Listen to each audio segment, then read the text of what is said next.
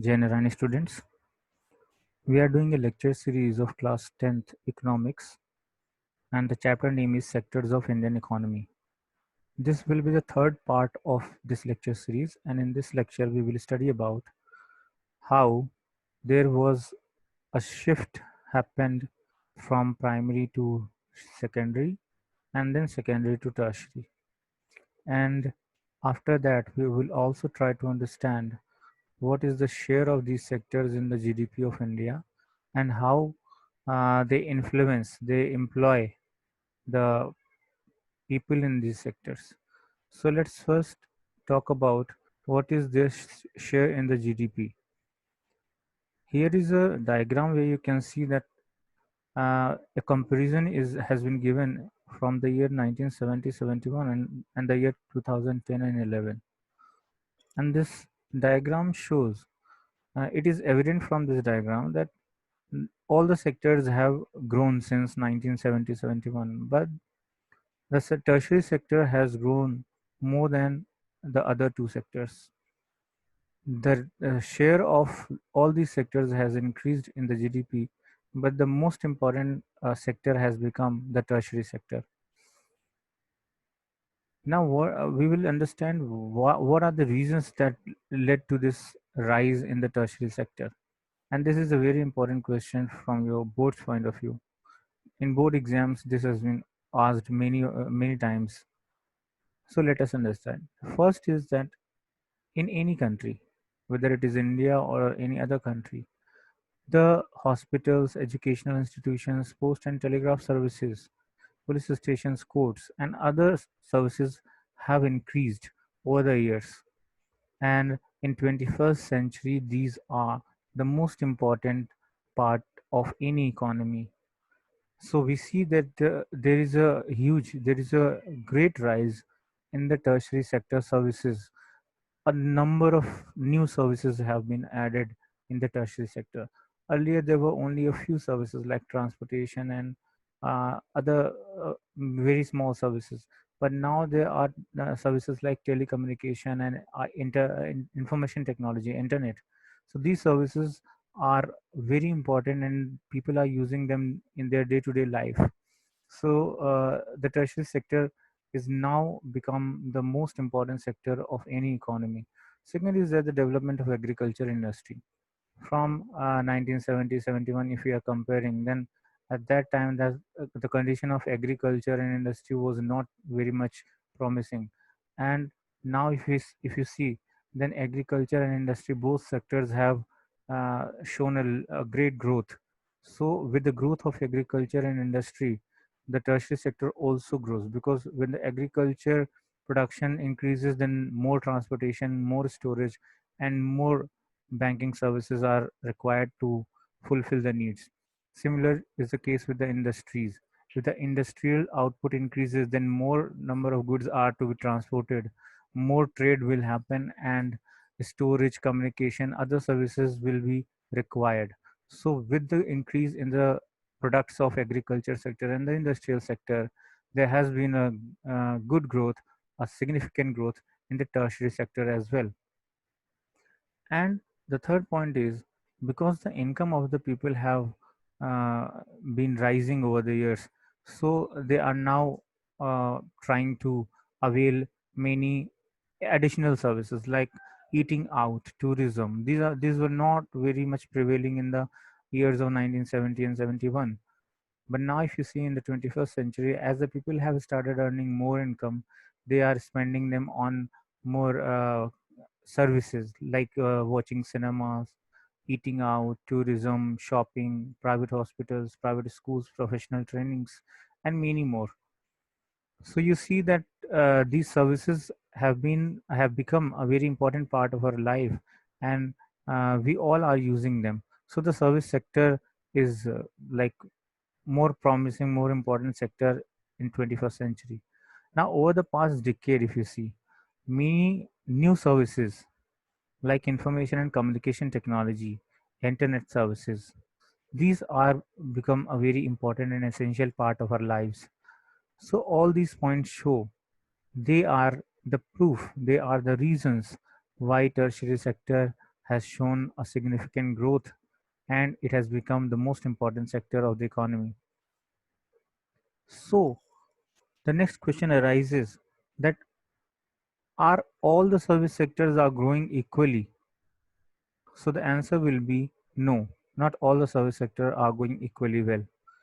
Because if you see, a very few sectors of tertiary activities have shown great growth, where the highly employed and highly educated and skilled workers are employed, like IT, like telecommunication, internet service, banking services. These have shown a great growth, but many other services have not shown a significant growth. They are not very well organized, and therefore there is very minor growth in these sectors, like small shopkeepers or repair persons or transport persons. They are not very much educated, they are not skilled, and therefore the growth in these services have not been very significant. So, if you are asked that whether all the services are growing equally or have grown equally, then the answer would be no. Some services where highly skilled and educated people are employed, they have shown a great growth. They have shown a significant growth over the years, like IT and telecommunication. But many other services like shopkeeping and repairing services, transport services, have not shown a very significant growth. Now, the next question is where the people are employed most. So, there can be a comparison percentage of GDP wise with the employment. So, if you see the percentage of GDP, then you see that tertiary sector has the most percentage, like 53% around uh, in the GDP. Secondary sector is in the second number, and the last is primary sector, which has only 17% participation in the total GDP of the country. But if you see the employment percentage, then in this diagram you will notice that is still many of the people, in fact most of the people, around 55% people of the country are engaged in the primary activities, and the tertiary sector activities have not given so much employment. Same is the case with the secondary sector also. There is also not much employment in the secondary sector. So let us understand what are the reasons for this. Why the primary sector activities have not shown significant growth in GDP, but still many of the employees are working, or many of the population, a large number of population is still engaged, around 50 to 55% are still engaged in the primary activities. So the reasons are that because not enough jobs were created in the secondary and tertiary sector. First, that the service sector and the secondary sector has been producing a lot of a large proportion of the GDP, but still there have not been very much job opportunities for the people in these sectors. Second reason being that industrial output went up by more than 9 times, employment went up around 3 times. If you talk about the secondary sector, then the production of the secondary sector has risen around 9 times. Means if earlier it was 100, then now it has become 900 units of output, but employment has only shown 3 times growth. So this is evident that employment has not been generated in these sectors. Also, if you talk about the tertiary sector, then it has grown from around 14 times, like it has uh, shown a growth of 14 times from the 1970 and 71. But if you talk about the employment, then only the five times employment has been risen in this sector. So this is evident that although these sectors have been become very important and they have now contributed to a large part of the GDP, but still there are not many job opportunities that have been provided to the people from these sectors. So the reason is these are the three reasons. You can explain it by giving more examples. Let's talk about the underemployment or disguised unemployment. So many a times we see this mostly prevalent in the primary sector, that uh, many times we see that the people which are required for a primary activity, basically the agricultural activities, uh, the required number of people are, suppose there are 4 people required for a agricultural activity of on a certain uh, a length or a certain amount of field, but there are 6 or 8 people of the family are engaged in the same activity. So there are 2 or 4 extra members which are working on the agricultural field because of not being availability of the uh, jobs in the other sectors. So this will generate underemployment. Means the people who are required, the number of people which are required for the agricultural output will like they will be there will be additional number of people which are engaged in the agriculture. There is a example given in your book of Lakshmi. She has 2 hectares of land in the village, which is unirrigated land. That means it primarily depends on the rain for the production. And there are 5 members in the family. Uh, so there is not a much very big field, very big agricultural field. So only 3 people, 4 people are required for working in that amount of agricultural field. But still, there are 5 members working. The work is divided, but each one of them are not giving their full potential. They are not working up to their full potential, and thereby there is a employment. We are seeing that they all are employed, but is in fact they're not working to their full potential. So this is underemployment. Means if we have resources and they are not being fully utilized, then we say that they are underemployed. So there are thousands of lakhs of families like Lakshmi where the number of people working in the same field are larger than required, more than required. If there is requirement of only 4 or 5 people, still there are 8 or 10 people are working there because there is no job in the other sectors, as we have seen in the previous slides. This generates underemployment. And why we call it disguised unemployment? Because this is not apparent from the, if you see, then they all appear to be employed in the agricultural field, but the fact is that they are not actually employed. They are underemployed or disguised unemployed. If we compare it to the unemployment of the cities, then you see that if some person is not working in anywhere, then you see that the person is unemployed. But in the agricultural fields, the entire family is engaged in the agricultural work. Still, they are not working to their full potential. Still, they are seen to be employed. So this is unemployment or disguised unemployment. This means that even if we remove a lot of people from the agriculture sector, why we are saying that there is no need of 10 people or 4 people in the field? Because if you remove 2 or 3 people from that field work, then still the production of the field does not go down. It remains the same. It does not suffer anything. So we can say that 2 or 3 people are extra who are working there. The division of work is there, but still they are underemployed. They are not working to their full potential. So this is evident from this third point that there is certainly some disguised unemployment or under unemployment. Now, underemployment is only prevalent in primary sector or some other sectors also. It is only prevalent in agricultural fields or in cities. We also see this.